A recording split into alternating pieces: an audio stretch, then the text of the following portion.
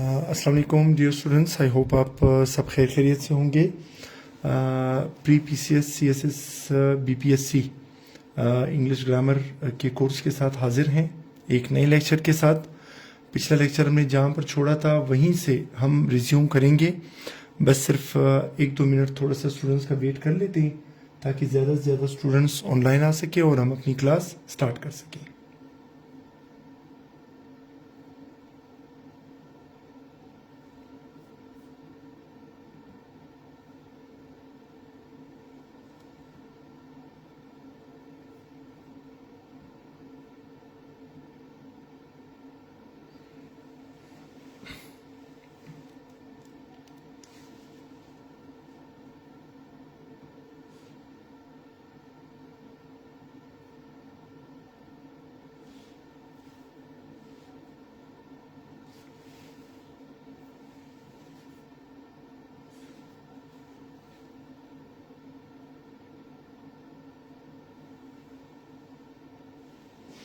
कोई 1-2 मिनट ज़रा वेट कर लेते हैं।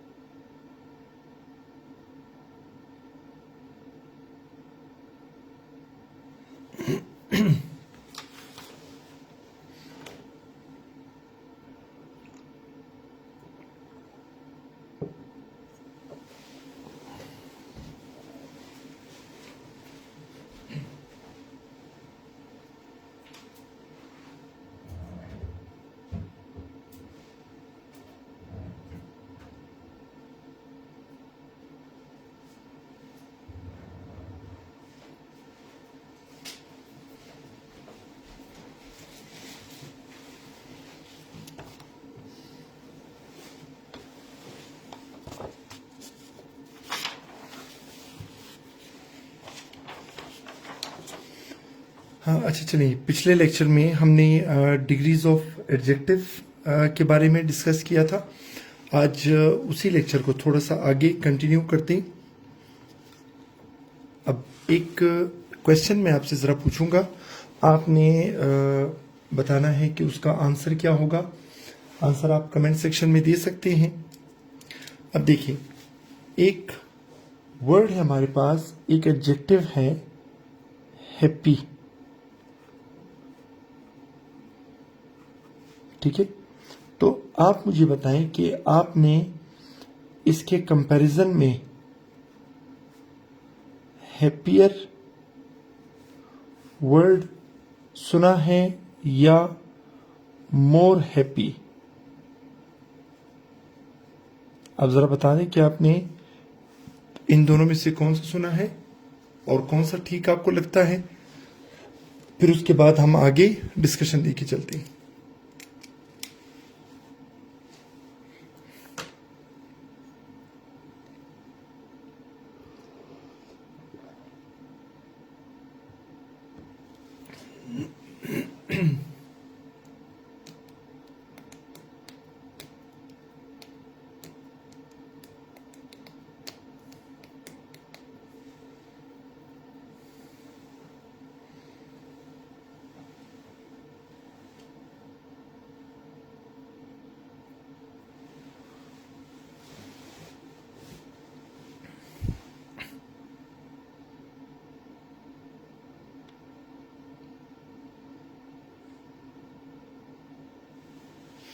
चलिए ज़रा डिस्कस करते हैं इसको। अब देखिए, हमारे पास हैप्पियर वर्ड भी ठीक है और मोर हैप्पी वर्ड भी ठीक है, ठीक है। अब दोनों में डिफरेंस क्या है देखिए। अगर मैं ये कहूं कि ए इज हैप्पी और मैं ये कह दूं कि बी इज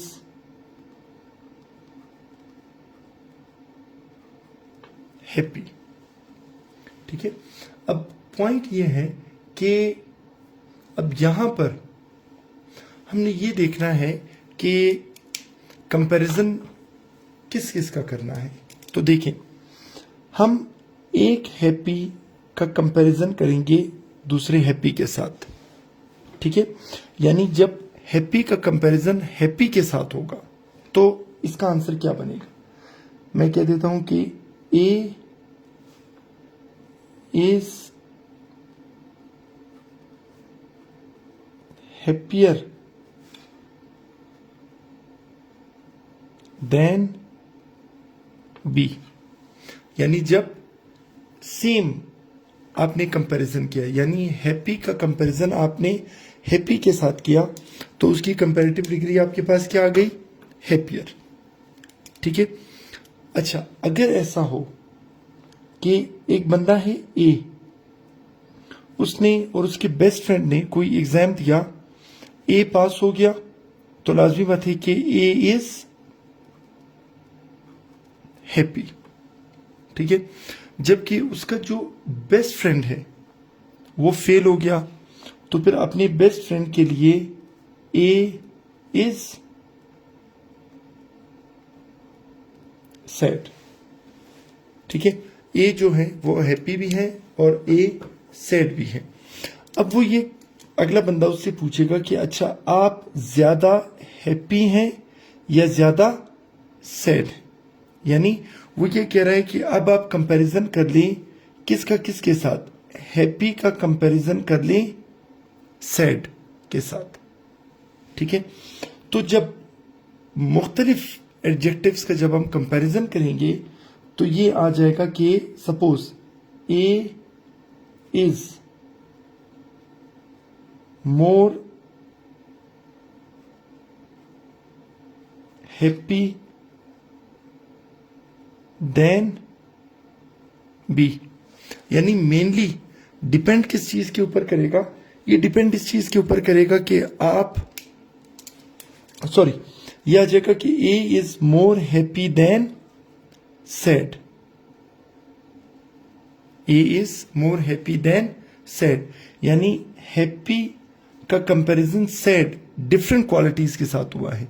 तो जब डिफरेंट क्वालिटी होगी तो फिर हम हैप्पियर नहीं, हम लिखेंगे मोर हैप्पी। ठीक है। एक और एग्जांपल जरा मैं आपको बताता हूं, देखिए। एक बंदा है आसिफ इज स्मार्ट। ठीक है। और वही बंदा आसिफ जो है वो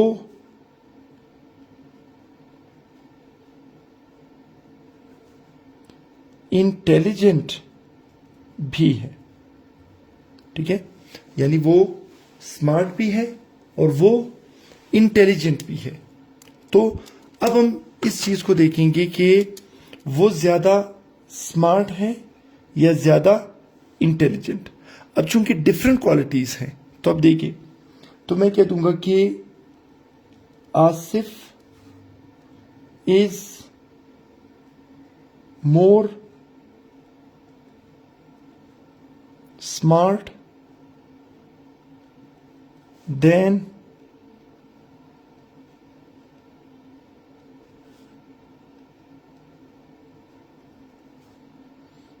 इंटेलिजेंट। ठीक है। अब चूंकि डिफरेंट क्वालिटीज का कंपैरिजन हो रहा था तो हमने क्या लिखा? More smart. लेकिन इसके मुकाबले में देखिए, अगर मैं ये कहूं कि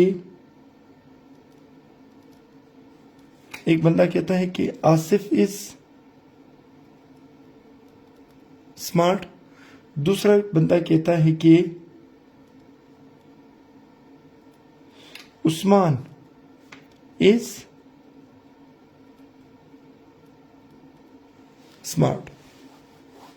Asif is smart, Usman is smart. अब हम यहां पर कंपैरिजन करेंगे स्मार्ट का कंपैरिजन स्मार्ट के साथ, यानी सेम एडजेक्टिव है। तो हमारे पास आ जाएगा आसिफ इज, अब मैं मोर स्मार्ट नहीं लिखूंगा, मैं लिख लूंगा smarter than Usman. Asif is smarter than Usman. अब मैंने स्मार्टर क्यों लिखा? मोर स्मार्ट क्यों नहीं लिखा? क्योंकि स्मार्ट का कंपैरिजन स्मार्ट के साथ हो रहा है। जबकि यहां पर मैंने मोर स्मार्ट क्यों लिखा? क्योंकि स्मार्ट का कंपैरिजन इंटेलिजेंट के साथ होगा। ठीक है, अब एक और पॉइंट इसमें जरा डिस्कस करते हैं।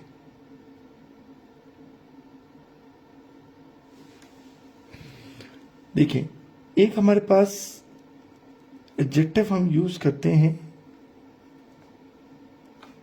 एल्डर, और एक हम यूज करते हैं ओल्डर। ठीक है, एल्डर और ओल्डर। एल्डर हम यूज करेंगे कि जब फैमिली मेंबर में बात करेंगे कि भाई कौन उम्र में बड़ा है, और ओल्डर हम यूज करेंगे जब no family member.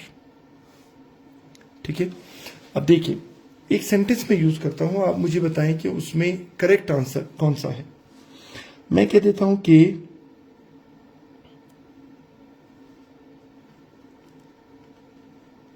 Saima is, चलिए इसके साथ में सुपरलेटिव भी एल्डेस्ट, और इसके साथ भी इसका सुपरलेटिव ओल्डेस्ट यूज कर लेता हूं। अब देखिए, अगर मैं कहूं कि साइमा इज द एल्डेस्ट या फिर ओल्डेस्ट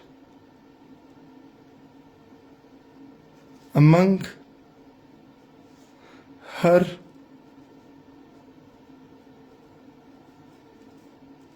siblings, तो आप इस सेंटेंस में मुझे जवाब दें कि करेक्ट आंसर क्या होगा, एल्डेस्ट या फिर ओल्डेस्ट।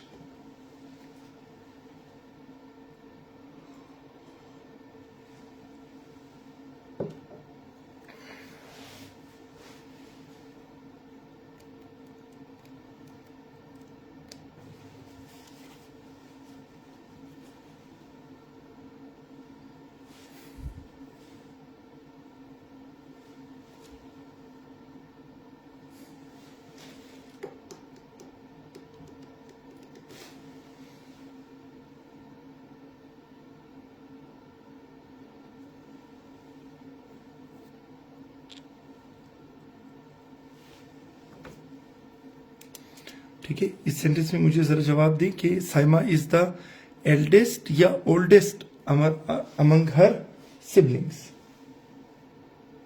हाँ, एग्जैक्टली। देखिए, जब हम कह रहे हैं कि सिबलिंग्स, सिबलिंग्स मतलब है कि बहन भाई, यानी फैमिली के अंदर बात हो रही है, तो जब फैमिली में होगा तो फिर हम यूज करेंगे एल्डेस्ट। शाबाश। अब एक और सेंटेंस में बनाता हूं, मैं कहता हूं कि Asif is the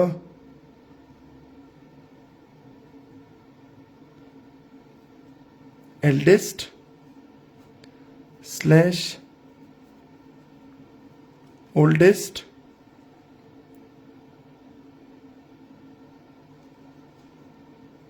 member of the team। अब जरा बताएं कि इस सेंटेंस में हम एल्डेस्ट यूज करेंगे या ओल्डेस्ट।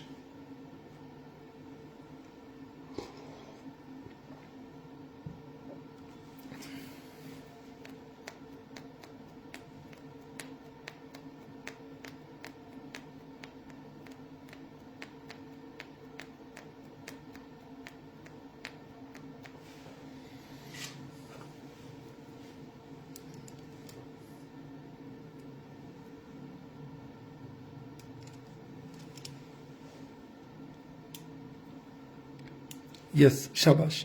हम ओल्डेस्ट यूज करेंगे क्योंकि टीम लाजमी नहीं है कि वो फैमिली मेंबर्स के हों, तो इसलिए जब फैमिली मेंबर्स की बात हो रही तो हमने एल्डेस्ट यूज किया, और जब फैमिली मेंबर्स के बगैर बात हो रही है तो हमने क्या यूज किया, ओल्डेस्ट। राइट। चलिए इसको जरा आगे बढ़ाते हैं।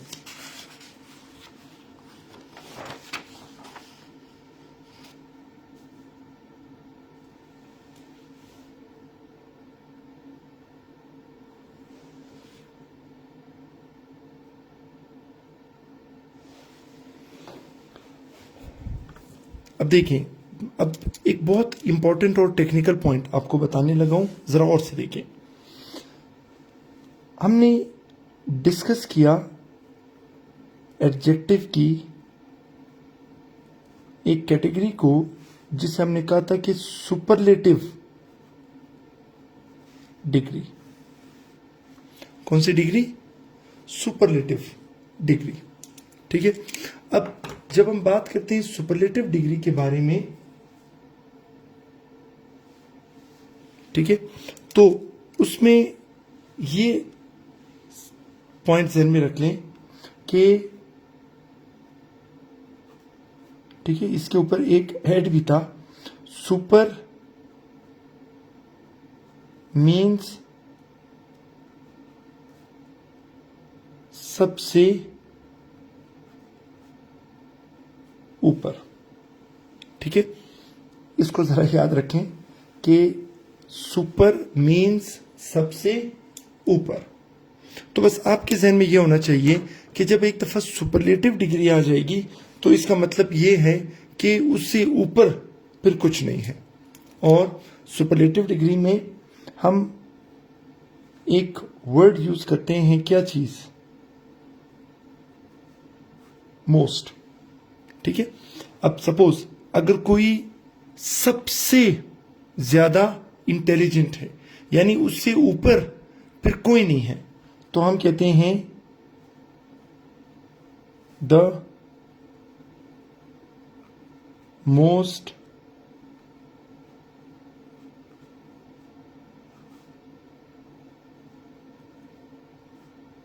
इंटेलिजेंट। ठीक है, द मोस्ट इंटेलिजेंट। अब यहां पर ये मोस्ट में हमें बताया कि कौन सी डिग्री के बारे में बात हो रही है? सुपरलेटिव।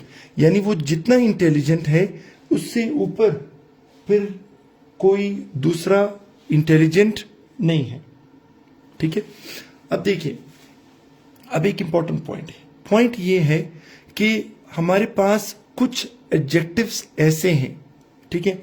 अब सपोज एक हमारे पास एडजेक्टिव है परफेक्ट। ठीक है, या मैं इसे कह देता हूं आइडियल, या मैं इसे कह देता हूं कंप्लीट। ठीक है, या चले मैं एक एडजेक्टिव यूज कर लेता हूं, कौन सा? यूनिक। ठीक है। अब जब हम बात करेंगे इन वर्ड्स के बारे में, इनको जरा गौर से देखें। परफेक्ट, आइडियल, कंप्लीट, यूनिक, इस तरह के वर्ड्स देखकर आपके जहन में क्या चीज आती है? जरा कमेंट सेक्शन में बताएं।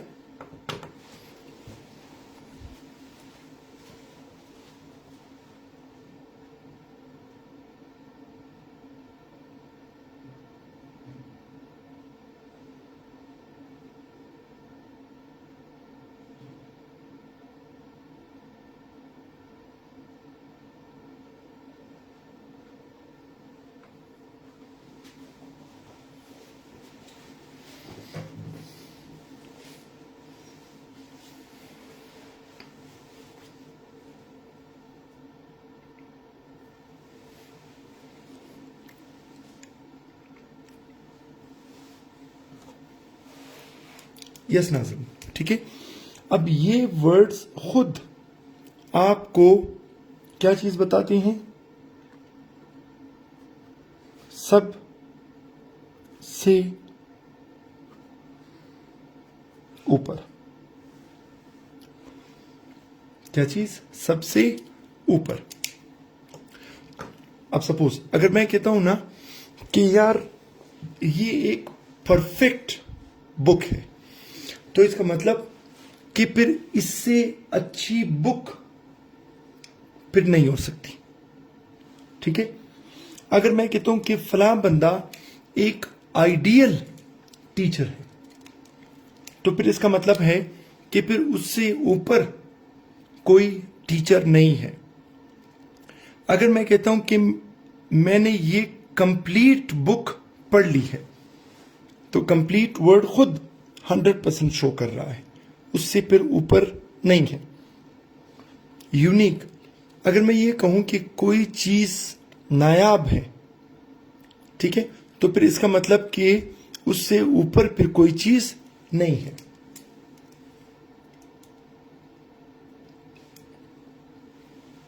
देखिए, इसलिए जब कभी आप इस तरह के वर्ड्स यूज करेंगे, आपने उसके साथ ये मोस्ट वाला वर्ड यूज नहीं करना, क्योंकि मोस्ट जो काम करता है ना सबसे ऊपर, ये वर्ड ऑलरेडी वही काम कर रहे हैं। ठीक है, अब देखिए कैसे। मैं कहता हूं कि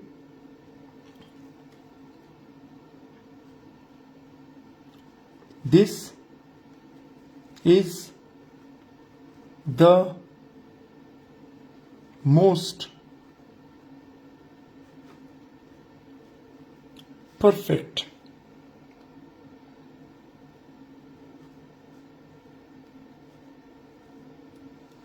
this is the most perfect laptop, right? अब देखिए, परफेक्ट जब ऑलरेडी ये शो कर रहा है कि ये चीज सबसे ऊपर है, तो फिर आपको मोस्ट लगाने की जरूरत नहीं है। This is the perfect laptop. ठीक है, अब सपोज मैं कहता हूं कि sir Zahid Pathan is the most ideal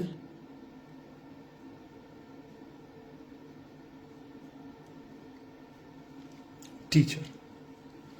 Sir Zahid Pathan is the most ideal teacher, right? अब आइडियल वर्ड खुद शो कर रहा है कि सबसे अच्छे हैं, सबसे सुपर है। तो जब आइडियल वर्ड ऑलरेडी वो सबसे ऊपर वाला काम कर रहा है, तो फिर आपको मोस्ट लगाने की जरूरत नहीं है, राइट? तो इसी तरह के जो वर्ड्स आपके पास होंगे जो ऑलरेडी 100% या सबसे ऊपर वाला सेंस दे रहे हैं, उसके साथ आपको मोस्ट लगाने की जरूरत नहीं होगी। चलिए नेक्स्ट वन।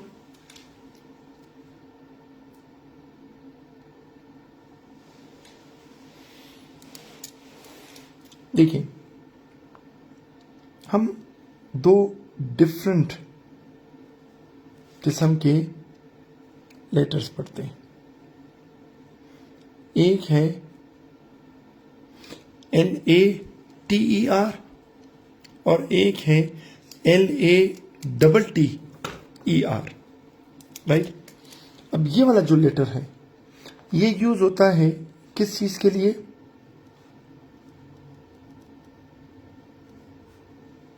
टाइम के लिए, ठीक है। और ये वाला यूज होता है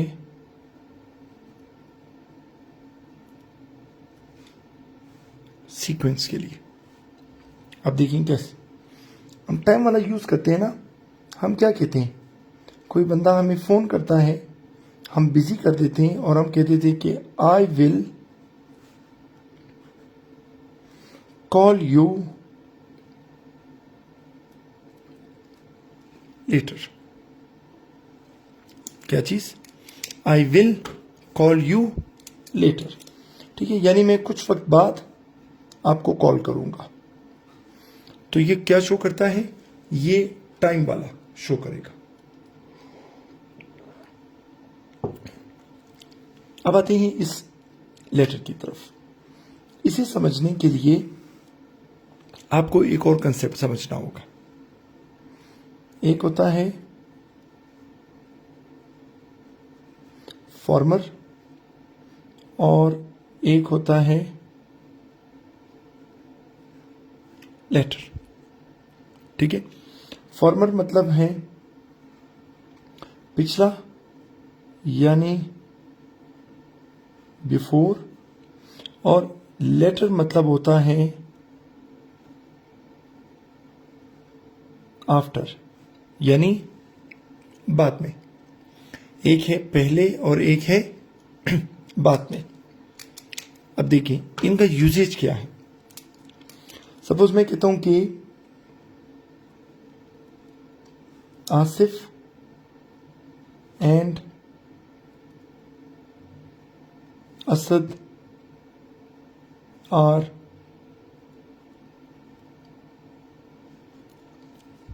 रनिंग।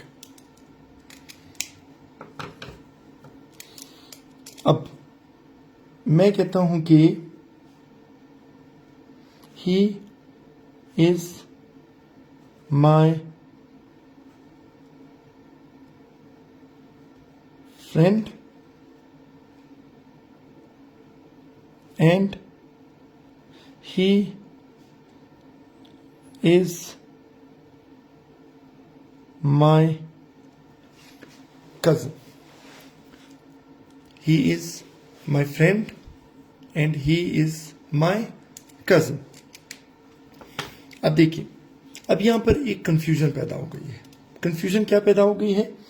हमारे पास जो दो नाउन है ना, आसिफ और असद, इन दोनों का प्रोनाउन सेम है। कौन कौन सा? ही और ही। अब हमें ये पता नहीं चल रहा कि ये वाला ही आसिफ के बारे में बोल रहा है या असद के बारे में। इसी तरह ये वाला ही आसिफ के बारे में बोल रहा है या फिर असद के बारे में। ठीक है, इसका मतलब ये हुआ कि हमें पता नहीं चल रहा, कंफ्यूजन है। क्यों कंफ्यूजन है? क्योंकि दोनों के लिए सेम प्रोनाउन यूज होता है। अब देखिए, इसी कंफ्यूजन से बचने के लिए अगर आप देखें, पहले किसका नाम आया है? आसिफ का, और फिर बाद में असद का। अब अगर मैं आसिफ के बारे में बात करूंगा तो मैं उसे ही नहीं कहूंगा, फॉर्मर कहूंगा। और अगर मैं असद के बारे में बात कर रहा हूं तो मैं उसे फॉर्मर नहीं बल्कि लेटर कहूंगा। अब सपोज अगर मैं कहता हूं कि असद मेरा दोस्त है, तो मैं असद के लिए ही के बजाय मैं कह दूंगा the latter is my cousin. ठीक है, एंड अगर मैं आसिफ के बारे में बात करूंगा तो मैं इसको ही नहीं कहूंगा बल्कि द फॉर्मर। तो मैं कह दूंगा कि the former is my friend. तो ये ध्यान में रखें कि हम फॉर्मर और लेटर सिर्फ तब यूज करते हैं कि अगर सेम प्रोनाउन होने की वजह से कंफ्यूजन का खतरा हो। ठीक है, अब देखिए थोड़ा सा इसको मैं आगे लेके चलता हूं। अगर मैं कहूं कि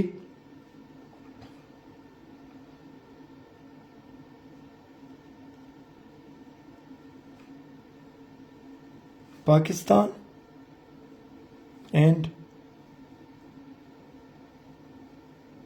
क्वेटा आर प्रॉपर नाउन्स। क्या चीज? Pakistan and Quetta are proper nouns. अब जरा देख लेते हैं। ठीक है, अगर मैं पाकिस्तान के बारे में, देखिए पाकिस्तान के लिए भी इट आ जाएगा, क्वेटा के लिए भी इट आ जाएगा। अब अगर मैं पाकिस्तान का जिक्र करूंगा ना, तो मैं उसको इट नहीं कहूंगा, क्योंकि पाकिस्तान का जिक्र पहले आ गया है इन दोनों में। तो द फॉर्मर, तो मैं लिख लूंगा कि द फॉर्मर, यानी Pakistan is a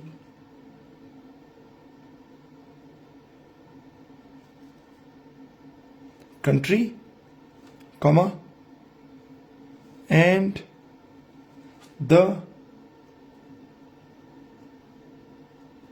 latter is a city। यानी इन दोनों में जिसका नाम पहले आया है मैं उसके लिए फॉर्मर यूज करूंगा, और इन दोनों में जिसका नाम बाद में आया है मैं उसके लिए लेटर यूज करूंगा। तो ये LATTER वाला जो है ये नॉर्मली हम सीक्वेंस के लिए यूज करते हैं, और ये अमूमी तौर पर किसके साथ कॉम्बिनेशन में आता है? फॉर्मर के साथ। ठीक है, चलिए इसी तरह आगे कंटिन्यू करते हैं।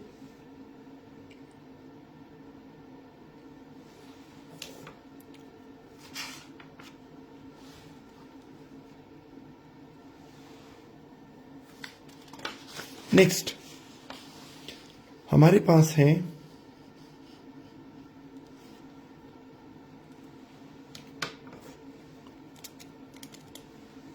दो डिफरेंट वर्ड्स हैं। नेक्स्ट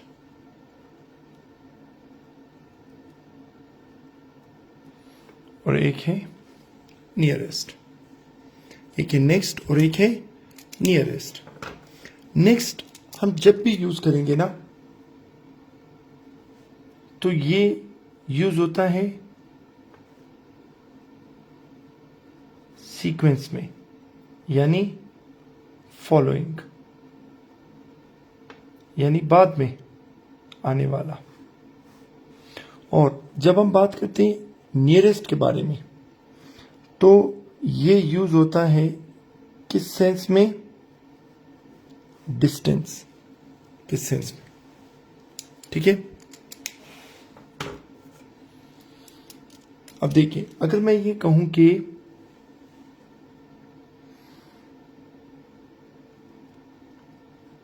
आसिफ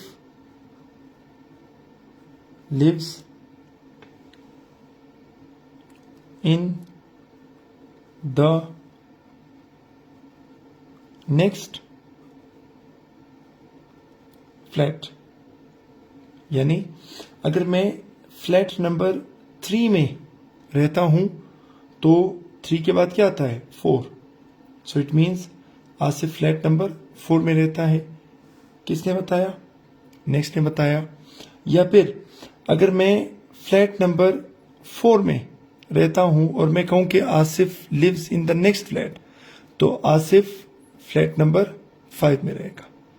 तो ये हमें बताएगा किस चीज के बारे में? सीक्वेंस के बारे में। ठीक है, फॉलोइंग। फिर मैं कहता हूं कि the nearest flat belongs to Asmat. Right, यानी अब मैं ये नहीं कह रहा हूं कि बाद वाला घर या बाद वाला फ्लैट किसका है, मैं कह रहा हूं कि डिस्टेंस के लिहाज से सबसे करीब तरीन फ्लैट असमत का है। यानी नेक्स्ट यूज होगा सीक्वेंस के लिए और नियरेस्ट यूज होगा डिस्टेंस के लिए। चलिए अब एक और चीज जरा डिस्कस करते हैं।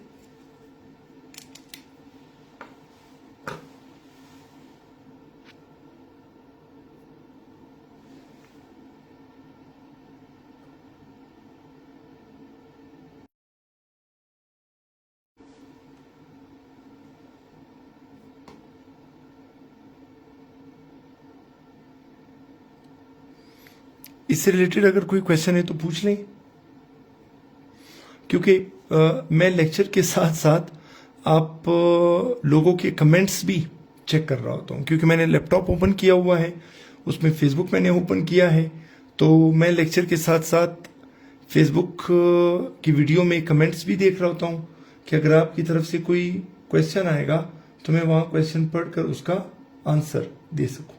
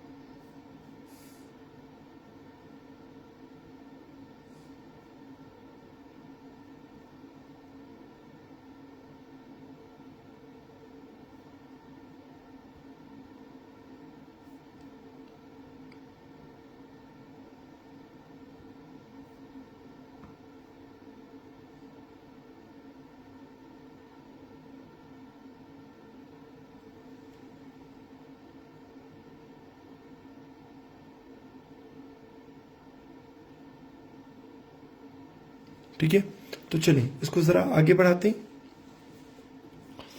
अब देखें, अब एक चीज जरा नोट करें, हेडिंग दे दें,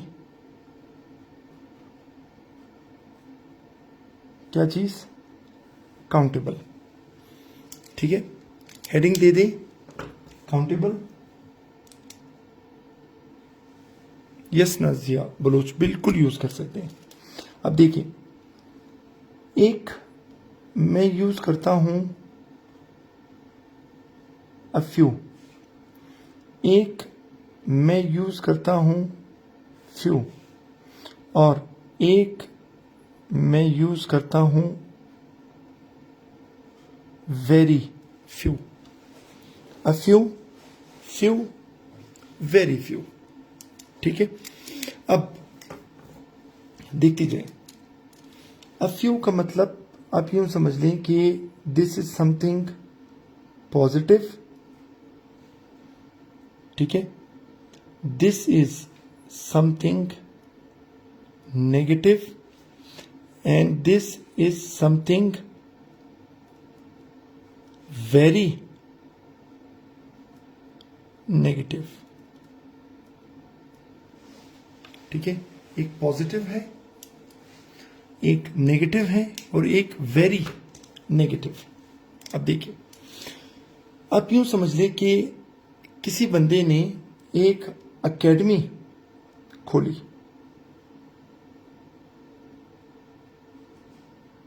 क्या किया? एक एकेडमी खोली। अब उसने कैलकुलेशन की कि एकेडमी चलाने के लिए उसके पास कम से कम कोई 50 स्टूडेंट्स होने चाहिए, फिर उसका नुकसान नहीं होगा। 50 स्टूडेंट्स काफी होंगे, राइट। अब एक बंदे ने अपने दोस्त से कुछ अरसे बाद पूछा कि भाई एकेडमी आपने खोली थी, बंद तो नहीं की है? तो वो कहेगा नहीं, बंद नहीं की है। तो अगला दोस्त पूछेगा कि यार आप तो लखपति हो गए होंगे। तो वो कहेगा नहीं यार, इतनी ज्यादा इनकम नहीं है, हाँ ये है, गुजारा हो जाता है, यानी मुझे जेब से पैसे नहीं देने पड़ते। तो वो क्या कहेगा? तो वो कहेगा कि there are a few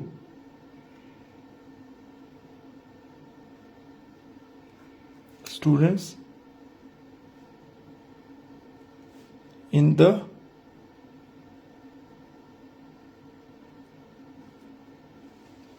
academy। ठीक है, अब एकेडमी चल रही थी, एकेडमी उसने बंद नहीं की, हाँ जेब से उसका नुकसान नहीं हुआ, लेकिन वो कोई लखपति भी नहीं बन गया। इसका मतलब अ फ्यू क्या है? पॉजिटिव। कितने स्टूडेंट्स चाहिए थे? 50। आप यूं समझ लें कि उसके पास कोई 50-55 स्टूडेंट्स थे, यानी काफ़ी थे, यानी अकेडमी बंद करने की नौबत नहीं आई। अच्छा, फिर वो एक और बंदा था, उसने अकेडमी खोली। फिर कुछ अरसे बाद किसी दोस्त ने उससे पूछा कि यार अकेडमी कैसी चल रही है? तो कहा यार मैंने तो अकेडमी बंद कर दी। उसने कहा क्यों? तो अगले बंदे ने कहा कि यार खर्चा पूरा नहीं हो रहा था, मुझे जेब से पैसे देने पड़ रहे थे। नेगेटिव। तो वो जब ये बात करेगा तो वो कहेंगे कि there were few students in the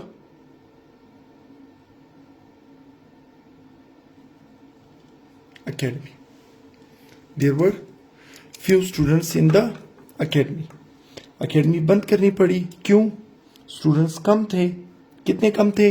target से कम थे।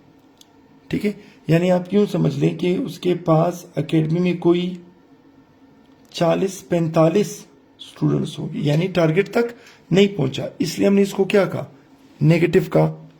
अच्छा, फिर अगेन अब किसी बंदे ने अकेडमी खोली, ठीक है, कुछ अरसे बाद दूसरा दोस्त उसको कहते कि यार तुम्हारा नंबर बन जा रहा था, खैर तो है?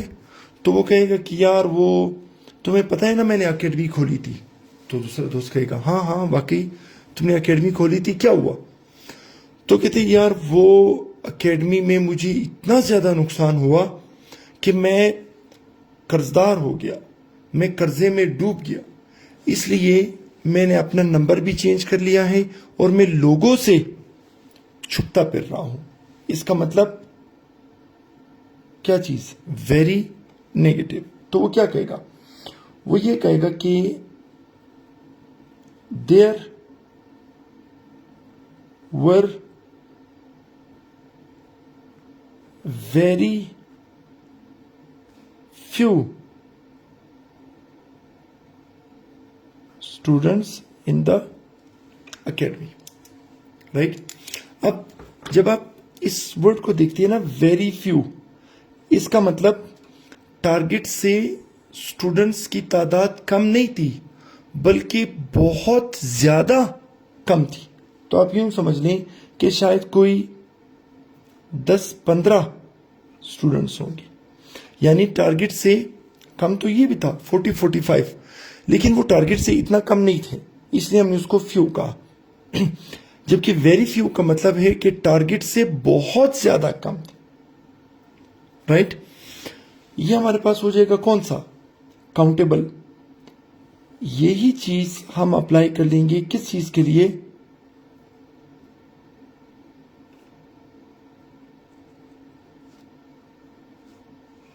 अनकाउंटेबल। ठीक है, अनकाउंटेबल के लिए हमारे पास क्या क्या है देखिए। काउंटेबल के लिए अ फ्यू था, अनकाउंटेबल के लिए क्या आ जाएगा? A little. ठीक है, काउंटेबल के लिए फ्यू था, अनकाउंटेबल के लिए little.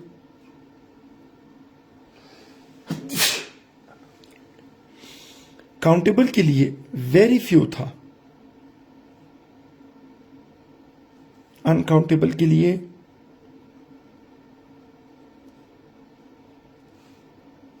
Very little. Yes Zubair, exactly. तो तब भी वेरी फ्यू यूज करेंगे। अब देखिए, फिर पॉइंट वही है कि अ लिटिल का मतलब है पॉजिटिव, लिटिल का मतलब है नेगेटिव, और वेरी लिटिल का मतलब है क्या? Very negative. ठीक है, अब देखिए, सपोज ये एकेडमी है ठीक है। और ये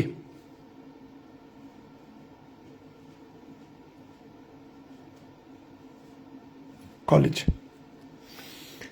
एक दोस्त दूसरे दोस्त को कहता है कि मुझे आपकी बाइक चाहिए। क्यों? मैंने कॉलेज तक जाना है और फिर आना है। तो वो कहेगा कि यार बाइक में इतना पेट्रोल है कि आप कॉलेज तक जाएंगे और फिर वापस पहुंच जाएंगे। ठीक है, यानी वो आपको ये कह देगा कि भाई ज्यादा दूर नहीं जाना, क्योंकि इसमें बहुत ज्यादा पेट्रोल नहीं है, इसमें बस इतना ही पेट्रोल है कि आप कॉलेज तक जाकर वापस आ सकते हैं। तो वो क्या कहेगा? There is a little petrol. ठीक है, यानी चले हम यूं कह देते हैं कि कॉलेज तक पहुंचा तो मैं इसको कह दूंगा कि अ लिटिल। अच्छा, फिर वो किसी और दोस्त से पूछता है कि यार आपकी बाइक चाहिए, तो कॉलेज तक मैंने जाना था। तो वो कहेगा कि यार आप कॉलेज तक नहीं पहुंच पाएंगी, कॉलेज से थोड़ा सा पहले आप यूं समझ लें, थोड़ा सा पहले पेट्रोल खत्म हो जाएगा। तो यानी पूरा नहीं है, थोड़ा कम है, तो फिर हम उसको क्या कह देंगे? लिटिल। तो कह रहे there is little petrol in the bike, right. फिर एक और केस है, राइट। वो ये पूछता है कि यार मुझे आपकी बाइक चाहिए। अच्छा, कहां जाना है? कॉलेज तक जाना है। तो वो अगर ये कह दे कि भाई यार बाइक में इतना कम पेट्रोल है कि तुम थोड़ा सा आगे जाओगे और पेट्रोल खत्म हो जाएगा, यानी पेट्रोल कम नहीं है बल्कि बहुत कम है, यानी वो एकेडमी से रवाना हुआ, कोई यहां तक वो पहुंचा और पेट्रोल खत्म हो गया। तो इसे हम क्या कह देंगे? Very little. ठीक है, यानी अ लिटिल क्या था? कॉलेज तक पहुंच जाएगा। लिटिल क्या था? कॉलेज से थोड़ा पहले पेट्रोल खत्म हो जाएगा। और वेरी लिटिल क्या था? कॉलेज से काफी पहले पेट्रोल खत्म हो जाएगा। यानी ये दोनों केसेस सेम है, सिर्फ फर्क ये है कि अ फ्यू काउंटेबल के लिए, अ लिटिल अनकाउंटेबल के लिए, few countable, little uncountable, very few countable और वेरी लिटिल अनकाउंटेबल। ठीक है, कोई कंफ्यूजन है तो कमेंट सेक्शन में पूछ सकते हैं।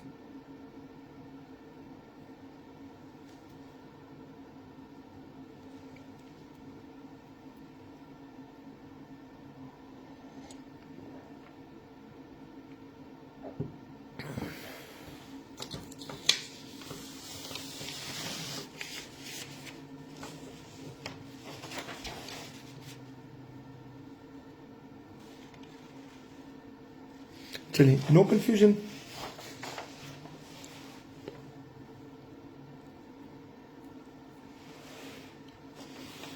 चलिए आगे एक इंपॉर्टेंट चीज आपसे डिस्कस करता हूं, राइट। अब देखिए पॉइंट क्या है। पॉइंट ये है कि एक चीज जो हमें काफी नुकसान पहुंचाती है, आर्जी तौर पर तो वो काम आ जाती है, लेकिन आगे चलकर नुकसान पहुंचाती है, उसे हम क्या कहते हैं? उसे हम कहते हैं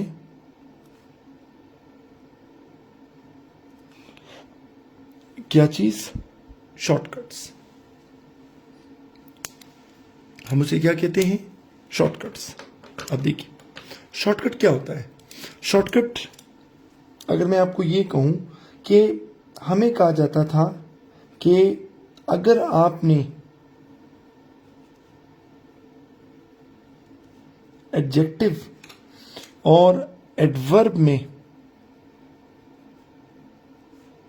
डिफ्रेंशिएट करना है तो वो कहते थे कि एडजेक्टिव के आखिर में एल वाई नहीं आता, जबकि एडवर्ब के आखिर में एल वाई आता है।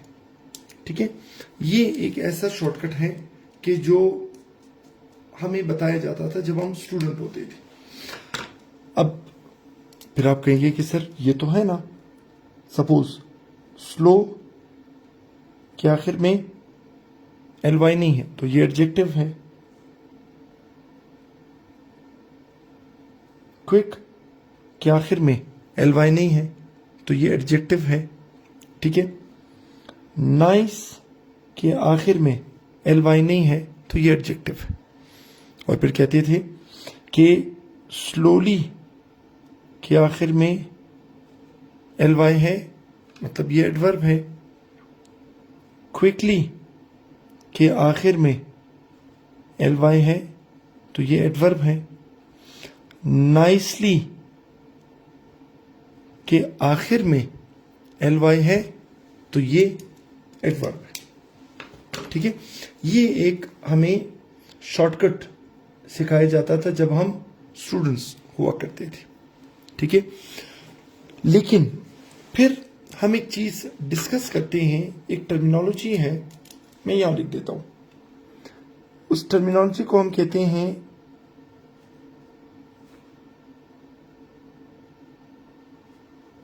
Exceptional cases. हम क्या कहते हैं? Exceptional cases. अब एक्सेप्शनल केसेस में क्या होता है देखिए जरा गौर से। एक्सेप्शनल केसेस ऐसे केसेस होते हैं जहां पर शॉर्टकट आपके काम नहीं आता। ठीक है, तो फिर आप कहेंगे कैसे सर? अब जरा गौर से देखें, जब हम बात करते हैं ना एक्सेप्शनल केसेस के बारे में, ठीक है, अब सुने, एक वर्ड है कॉस्टली। अगर मैं शॉर्टकट फॉलो करूं ना तो इसको एडवर्ब होना चाहिए, लेकिन यह असल में एक एडजेक्टिव है, राइट? इसी तरह एक वर्ड है टाइमली। शॉर्टकट के हिसाब से इसको एडवर्ब होना चाहिए, लेकिन ये एडजेक्टिव है। एक वर्ड है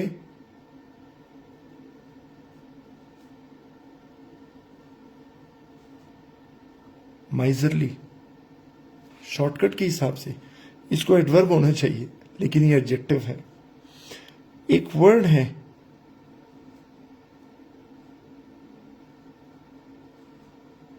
कावर्डली।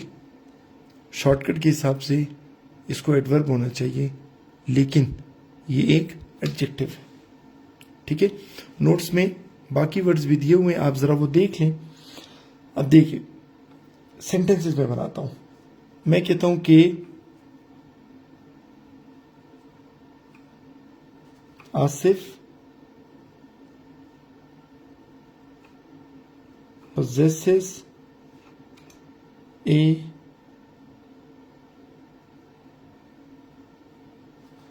friendly nature. ठीक है, देखिए नाजिया वही बता रहा हूं आपको। अब नेचर क्या है? नेचर असल में नाउन है। किस तरह की नेचर? Friendly nature. और नाउन के बारे में इंफॉर्मेशन देने वाला क्या होता है? एडजेक्टिव होता है। ठीक है, एक और एग्जांपल मैं आपको बता देता हूं। मैं कहता हूं कि you must take a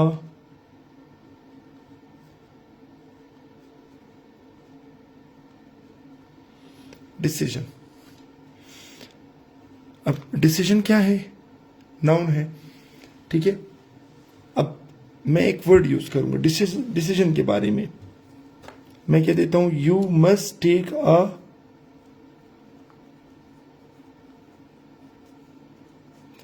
timely decision. अब टाइमली नाउन के बारे में बता रहे, तो टाइमली क्या हुआ? एडजेक्टिव हुआ, राइट। इसी तरह मैं कहूं कि ही हैज अ नेचर। अब नेचर क्या है? नाउन है, ठीक है। किस तरह की नेचर? तो मैं कह दूंगा कि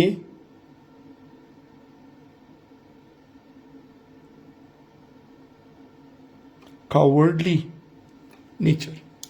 अब कावर्डली देखने में एडवर्ब है, लेकिन चूंकि ये नाउन के बारे में इंफॉर्मेशन दे रहा है, तो मतलब ये एडवर्ब नहीं बल्कि क्या है? एडजेक्टिव, ठीक है। तो इनको आपने जरा माइंड में रखना है कि शॉर्टकट के पीछे अगर आप जाएंगे, शॉर्टकट काफी जगहों तक आपको हेल्प आउट जरूर करेगा,